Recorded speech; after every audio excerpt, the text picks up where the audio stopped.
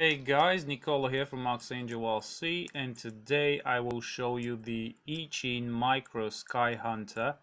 It's a 780mm wingspan micro copy of the big SkyHunter, and I got it from Banggood. You can see the purchase link below. It was quite cheap, $70 or $80 with free shipping and a video camera with an integrated video transmitter. Comes along with a kit.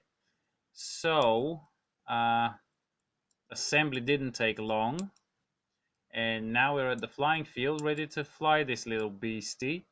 First and foremost, check the CG. Always do that before you fly. Very important, and probably very important for this plane as well.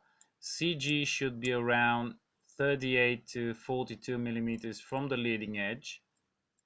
So always check CG when you put in the battery, and always check your control surfaces, which I'm doing right now.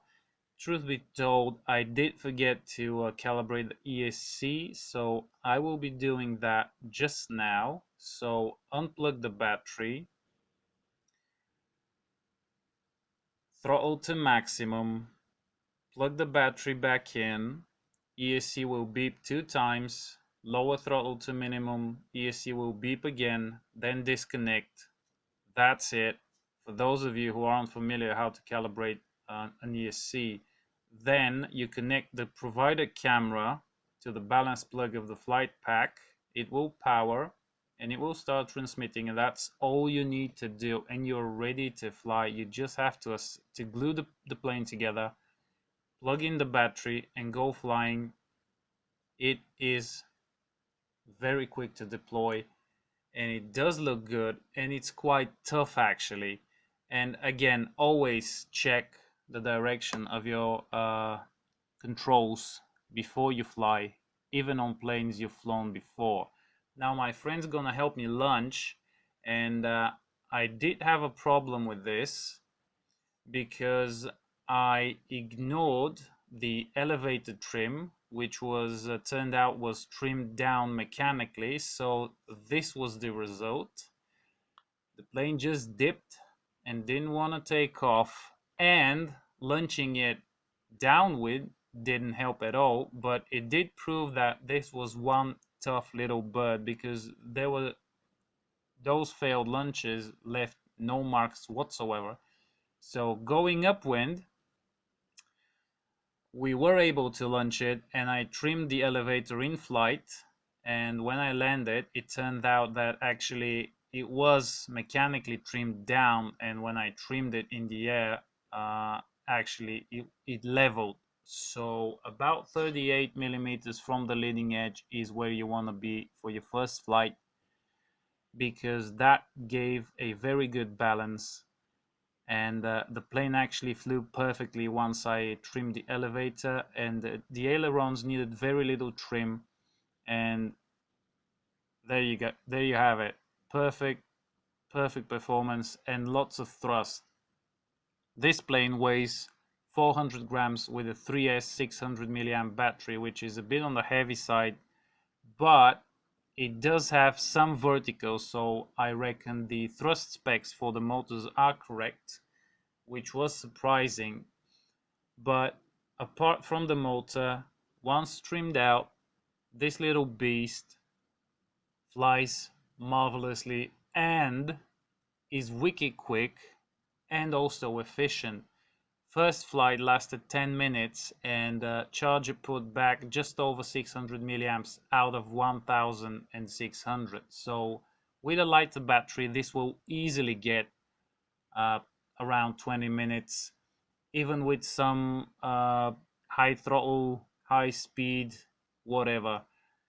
Very nice, very nice. I was very pleasantly surprised, because at 78 centimeters wingspan, 400 grams is quite a lot. I have other planes that weigh half as much, and this one is, you know, in my view, heavy for the wingspan, but it just didn't feel it in the air.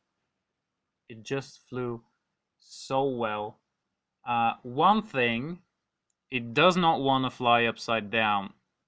I did yeah, you can see that I tried 2 times to fly it upside down. Doesn't want to stay that way and just turns back the right way immediately.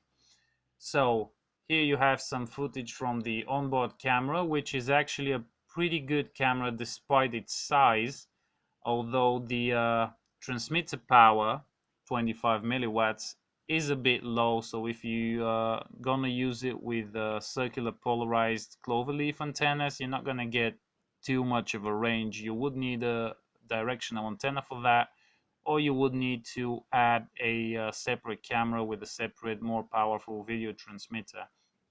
So getting back to the plane, very, very, very nice flight characteristics, both fast and slow, efficient.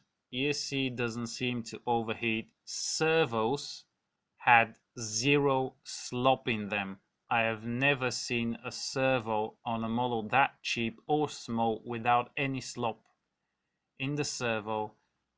Very happy with this, and very direct controls, very locked in once you trim it out and your CG is right. And as you will see in a minute, it also performs very good when you try to stall it. I did try to stall it on purpose because that is very important, especially for people new to radio controlled planes. And I did try to stall it.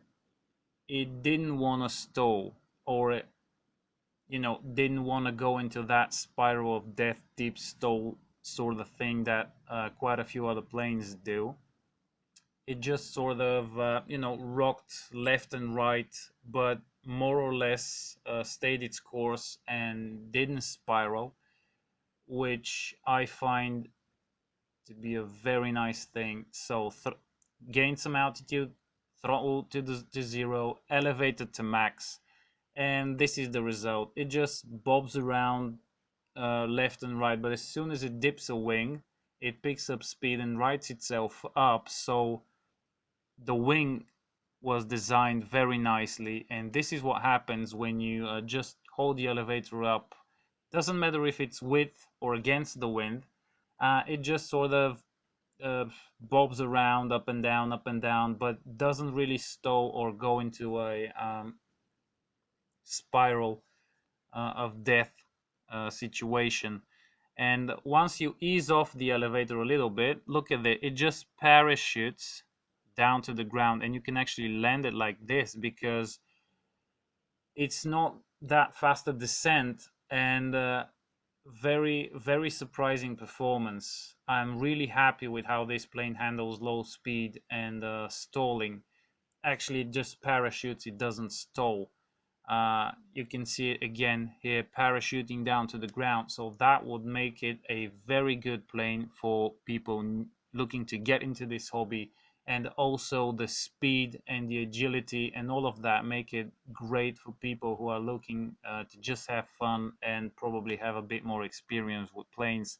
And its small size makes it convenient to carry almost everywhere with you. Just throw it in the trunk and get it out and fly it. Here you can see it landing, parachuting down, no throttle whatsoever. So like I said, I was very, very surprised with this, but keep in mind that with the provided camera and 25 milliwatts of power, range would be limited to about 150, 200 meters, depending on the clover leaves you're using. So that about wraps it up. If you want to read more, go to my blog at ArxangelRC.com, where you will be able to find a detailed review, modifications, and I hope I'll see you later.